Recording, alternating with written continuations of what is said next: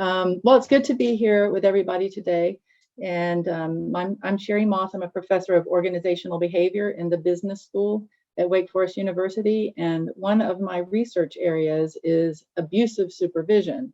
And a few years ago, I got kind of pulled into thinking about abusive supervision, AKA bullying, in the academic context, and have been very honored to have been working with Morteza and several colleagues here on the panel in this area to try to see what we can do to stop it.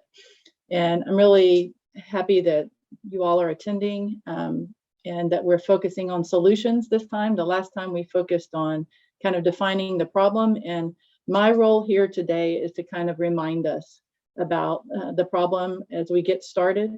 So what I'm going to do is share with you a study that Morteza and I conducted over the last couple of years that was recently published in eClinical Medicine called Stem the Bullying. And for those of you who attended this conference last year, I presented some preliminary results from this study. And now I'm going to present to you just a quick overview of the final results. As well as a little bit about a new study we're conducting with the same data set. So just as a reminder, for those of you who were here last year and new information for those of you who are new to this conference, we did a survey study with over 2,000 participants, a web-based survey that we pushed out to through any kind of scientific channels that we could come up with, such as the Chemistry Society. Our sample is 65% female, 66% white. A good portion of the sample was made up of doctoral graduate students and postdocs. We had representation from a number of different scientific areas, with these being the most representative: life science, social science, chemistry, engineering. We were interested in the phenomenon that maybe international colleagues were more likely to be bullied, so we measured where they were working or studying versus where they were from. And we were also trying to get information from both targets of bullying and witnesses. Our sample was 2,006 people. 84% of them said they experienced bullying, 59% said they had witnessed bullying, and 49% said they had done both. So I just want to put that in context and warn us all to just realize that the people that were most likely to take the survey were ones who had witnessed or been targets of bullying. When we asked the participants to identify who were the targets of bullying, the largest percentage as reported by both targets and witnesses, were graduate students, followed by postdocs. So it seems to be those in vulnerable positions that are the most likely to be targeted. So we asked people about bullying in 3 different ways. One, we just asked, have you ever been the target of academic bullying, which we defined, and they said yes or no. Or have you ever witnessed academic bullying with the same definition, yes or no? The second way we measured it was using Ben Tepper's abusive supervision scale, which focuses primarily on downward supervisory abusive behaviors towards subordinates. And there are 15 items, and these are the exact items. I'm just going to read a few of them for you to put them in context if you're not familiar with the scale. My supervisor ridicules me, tells me my thoughts or feelings are stupid, puts me down in front of others, doesn't give me credit for my work, doesn't give me credit for jobs requiring effort, breaks promises, lies. And it's measured on a 1 to 5 scale. And the means here for each of these items in our sample are pretty high. Normally, when we do research on abusive supervision, we are also including people that have not really been targets of it. So it's not surprising that these means are pretty high, but this is one of the ways we measured it.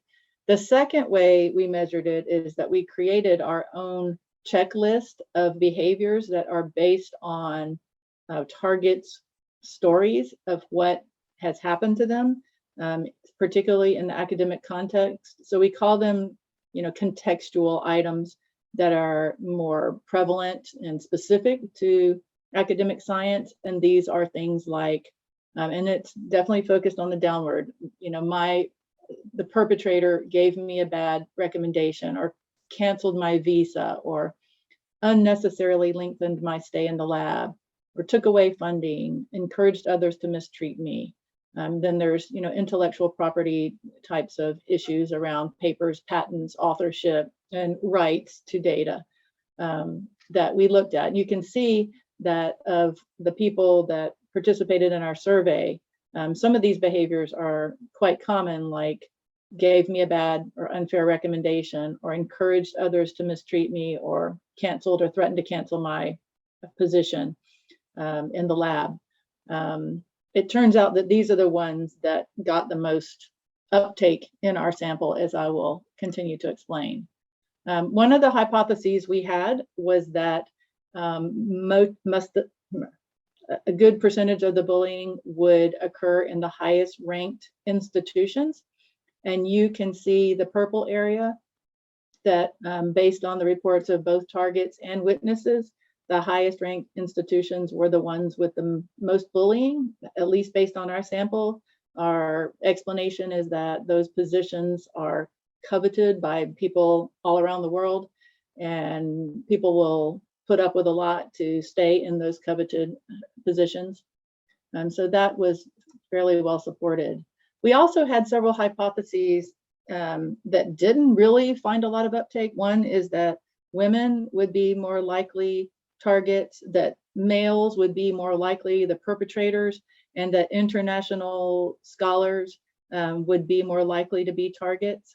And there's some nuances here to the answer. So remember, I told you that there's 3 different ways we measured bullying. One is, have you ever been a target? And females were more likely to say that they had actually experienced it.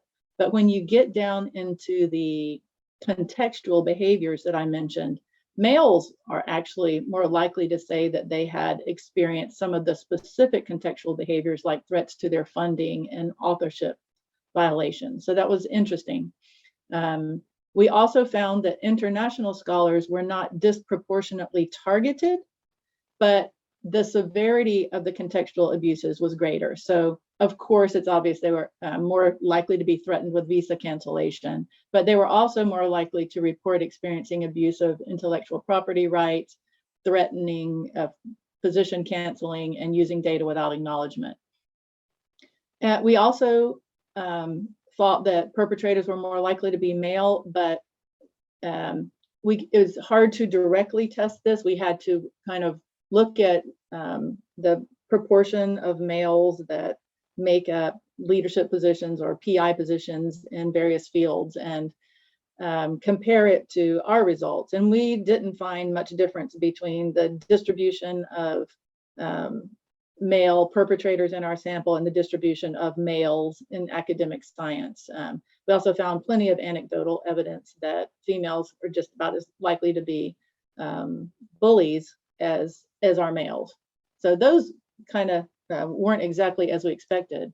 To kind of summarize the results about male and female targets, we broke it down into our entire sample. We were most interested in STEM, so we kind of took out the social scientists, and then we looked at just US STEM results. And when we asked that one question, or have you ever experienced or been a target of academic bullying, females were more likely to say yes, except for in the US STEM. The Tepper scale, there were no differences. We found almost no differences in our study using those generalized behaviors on the Tepper scale. But for the contextual and academic science context types of behaviors, we found that males were more likely to experience those contextual behaviors, which we found very interesting. So we also asked victims, I don't want to say victims, targets and witnesses about their responses to bullying. And we found that Both groups were unlikely to report the bullying. We found that fear of retaliation was the primary reason for not reporting the bullying. And we found that for both groups, targets and witnesses who reported bullying, that they reported that their institution's responses were unfair, and biased. So that's the main study that's already been published. We have done some follow-up analyses on that same data set, which has grown a little bit more, closer to 2,100 people. And the hypothesis was that bullying takes different forms in different fields. So we broke down our data into 3 broad categories of science: social science, natural science, and applied science. And we found that in the applied sciences, there was much more likely to be reporting of bullying behaviors, the contextual behaviors, and the specific ones that were more likely in that field were threatening visa cancellation, lengthening stay in the lab, canceling funding, or canceling the position. Then we looked at the 5 areas that had the specific scientific areas. Life science, social science we grouped together, chemistry, engineering, and neuroscience. Those were the ones with the biggest N's in our sample. And we found that engineering appears to have the most bullying in all of those above areas. In addition, the areas mentioned above, in addition to using my data without acknowledgement. So I guess the implication is that maybe different fields need to focus on different kinds of solutions as we move into the solutions phase. So I'd be happy to answer any questions, but my role was to put this into context and kind of remind us of some of the behaviors that are out there so that now we can focus on solutions.